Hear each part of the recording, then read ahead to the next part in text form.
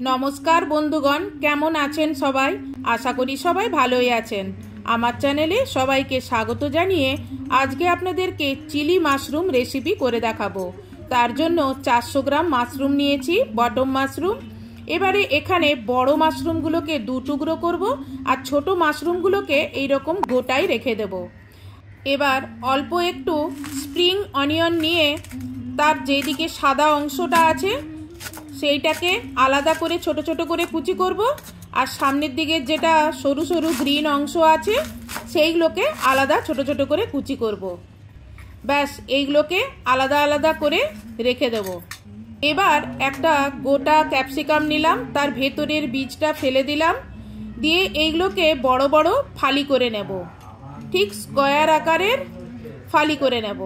আর যে যেরকম ঝাল খায় সেই অনুপাতে কাঁচা লঙ্কা ততগুলো চিড়ে নেব। এবার পেঁয়াজগুলোকে বড় বড় 4 ফালি করে নেব। যেহেতু ছোট পেঁয়াজ আছে সেই জন্য 4টে ছোট ছোট সাইজ পেঁয়াজ এইরকম 4 কোনা বড় ফালি করে নিলাম। এবার ক্যাপসিকামটা বড় বড় স্কোয়ার আকারের বলেছিলাম কেটে নেব, তা সেইগুলো প্রথমে অর্ধেকটা করেছিলাম আর বাকি অর্ধেকটা বাকি ছিল। ভেবেছিলাম অর্ধেকটাতেই হয়ে যাবে, কিন্তু দেখলাম না, কম লাগছে, তাই জন্য আবার বাকি অর্ধেকটাও কুচিয়ে নিলাম। এবার মাশরুমে একটু কিছু মশলা কোটিং করব। তার জন্য প্রথমে আমার যেহেতু 400 গ্রাম মাশরুম আছে তাই জন্য আমি 3 চামচ কর্নফ্লাওয়ার দিলাম, আর দিলাম স্বাদ মতন লবণ দিলাম। এবার এর মধ্যে দেব গোলমরিচ গুঁড়ো আর দেব লঙ্কা গুঁড়ো। আপনি ঝালটা কম চাইলে লঙ্কা গুঁড়োর জায়গায় কাশ্মীরি লঙ্কার গুঁড়ো দিতে পারেন। দিয়ে এবারে হালকা হাতে এইভাবে কোট করবেন। যদি দেখেন তলায়, বাটির তলায় গুঁড়োগুলো পড়ে আছে, তখন উপরে মাশরুমের উপরে অল্প জলের ছিটা দেবেন। দিয়ে এইভাবে ঘুরালে দেখবেন বাটির তলায় যে গুঁড়োগুলো আছে সেগুলো মাশরুমের গায়ে অনায়াসেই লেগে যাচ্ছে।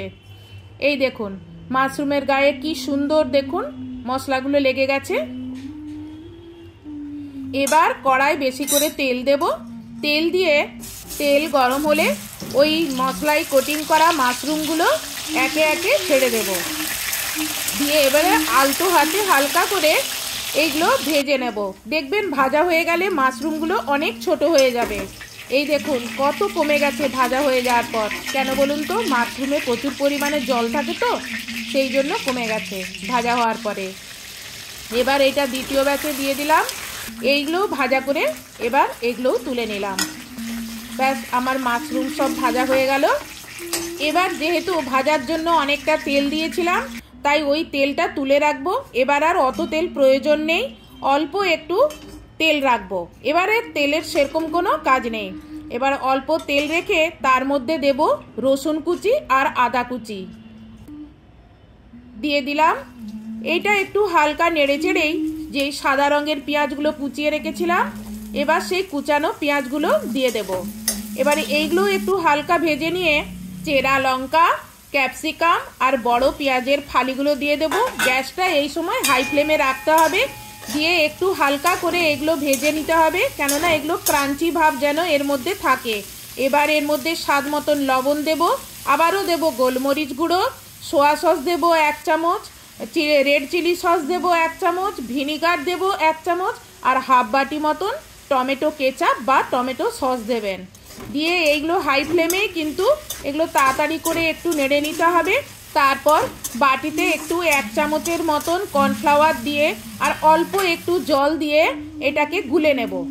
এবার এটাকে ওই ভাজাগুলোর উপরে ঢেলে দেব। ব্যাস এবারে এগুলো একটুকুন মিশিয়ে নেব কর্নফ্লাওয়ারের সঙ্গে। মিশিয়ে নিয়ে যেমনি ফুট ধরবে তেমনি এর মধ্যে যে ভাজা করা মাশরুমগুলো রেখেছিলাম সেই মাশরুমগুলো এর উপর ঢেলে দেব। তারপর এগুলো কিছুক্ষণের জন্য একটু নেড়ে চেড়ে তারপর ওপর থেকে যে স্প্রিং অনিয়ন আলাদা করে কুচি করে রেখেছিলাম সেই স্প্রিং অনিয়নটা এবারে ছড়িয়ে দেব। এবার এটাকেও ভালো করে এর সঙ্গে মিশিয়ে নেব। এবার এতে স্বাদ মতন চিনি, হাফ চামচের মতন গরম মশলা আর ধনেপাতা ছড়িয়ে এটা মিশিয়ে নিয়ে নামিয়ে নেব।